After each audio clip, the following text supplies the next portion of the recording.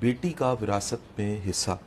اچھا، میں کونسل کے کام جاننے کے ساتھ ساتھ علامہ صاحب یہ بھی چاہوں گا کہ اس پہ جو اللہ کے رسول صلی اللہ علیہ وسلم کے فرمان ہیں قرآن پاک میں تو بعض آیات احکام کی شکل میں موجود ہیں، لیکن کچھ ایسی چیزیں ہیں جو بڑی الارمنگ ہیں. لوگوں کو پتہ ہی نہیں ہے کہ جب ہم اپنی بیٹی کو وراثت میں حصہ نہیں دیتا تو کتنی بڑی سزا ہے آخرت کے روز میں. تو یہ تھوڑا سا اس حوالے سے واضح کر کے بات کو آگے لے کر چلتے ہیں. پھر آج اصل میں موضوعات بڑے ہیں تو ہم نے کوئی اچانک آؤٹ آف دی باکس موضوعات پہ بھی جانا ہے. اچھا دیکھیے، قرآن نے واضح طور پہ یہ کہا کہ للذکر مثل حظ الانثیین، کہ مرد کو جو وراثت کے اندر خواتین سے 2 گنا ملے گا، اگر خاص طور پہ بیٹا اور بیٹی ہونے کی حیثیت ہے. اچھا، بعض صورتوں میں زیادہ بھی ہوتا ہے. ہم پھر ایک نیا ٹاپک نئی طرف مڑ جائے گا، اس طرف ہم جاتے ہی نہیں ہیں. احادیث مبارکہ اور قرآن کریم کی آیات مبارکہ وراثت کی پراپر تقسیم کے اوپر شاہد ہیں، اور یہ پراپر تقسیم بیٹے اور بیٹیوں دونوں کے لیے ہے. حتیٰ کہ اگر باپ اپنی زندگی میں اپنے مال کو تقسیم کرنا چاہے تو مستحب یہ قرار دیا گیا کہ وہ برابری کی بنیاد پہ تقسیم کرے گا. اچھا، زندگی میں کرے گا، زندگی میں کرے گا، برابری کی بنیاد پہ کرے گا. مستحب یہ قرار دیا گیا. ٹھیک ہے سر، ٹھیک ہے سر. پوری ایک حدیث ہے، نریٹ ہوتی ہے اس کے اوپر، اور اس کے اوپر تھم جو لائن ہے وہ یہ ہے کہ نبی کریم صلی اللہ علیہ وسلم سے کہا گیا کہ میں اپنا مال اس بیٹے کو دینا چاہتا ہوں تو آپ گواہ بن جائیں. آپ نے فرمایا کہ تمام بچوں کو برابر کا دے رہے ہو؟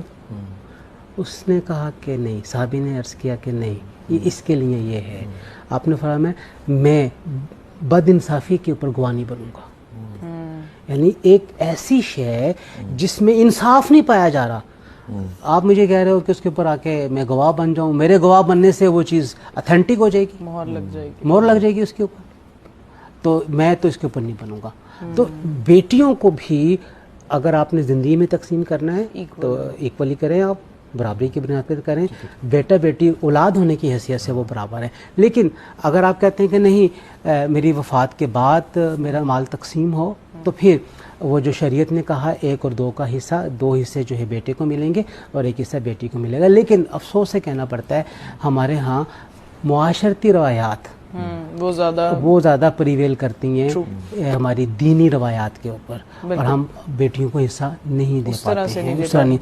ہماری کونسل کے اندر ڈائریکٹر جنرل لا ہیں فوزیہ جلال شاہ، انہوں نے یہ ایک مقدمہ اٹھایا اور وہ وفاقی شرعی عدالت کے اندر سنا گیا، اور ڈاکٹر سید انور صاحب جج ہیں، انہوں نے یہ فیصلہ دیا کہ کسی بھی قسم کی رسم جو کہ بچیوں کو جائیداد لینے سے روکتی ہیں ان کی کوئی حیثیت نہیں ہے. سماجی رسم کی کوئی حیثیت نہیں ہے، روایت کی کوئی حیثیت نہیں ہے. اور اسلام جس طریقے سے وراثت کی تقسیم کو کہتا ہے وہ وراثت کی تقسیم ہونی چاہیے، اس طریقے سے ہونی چاہیے.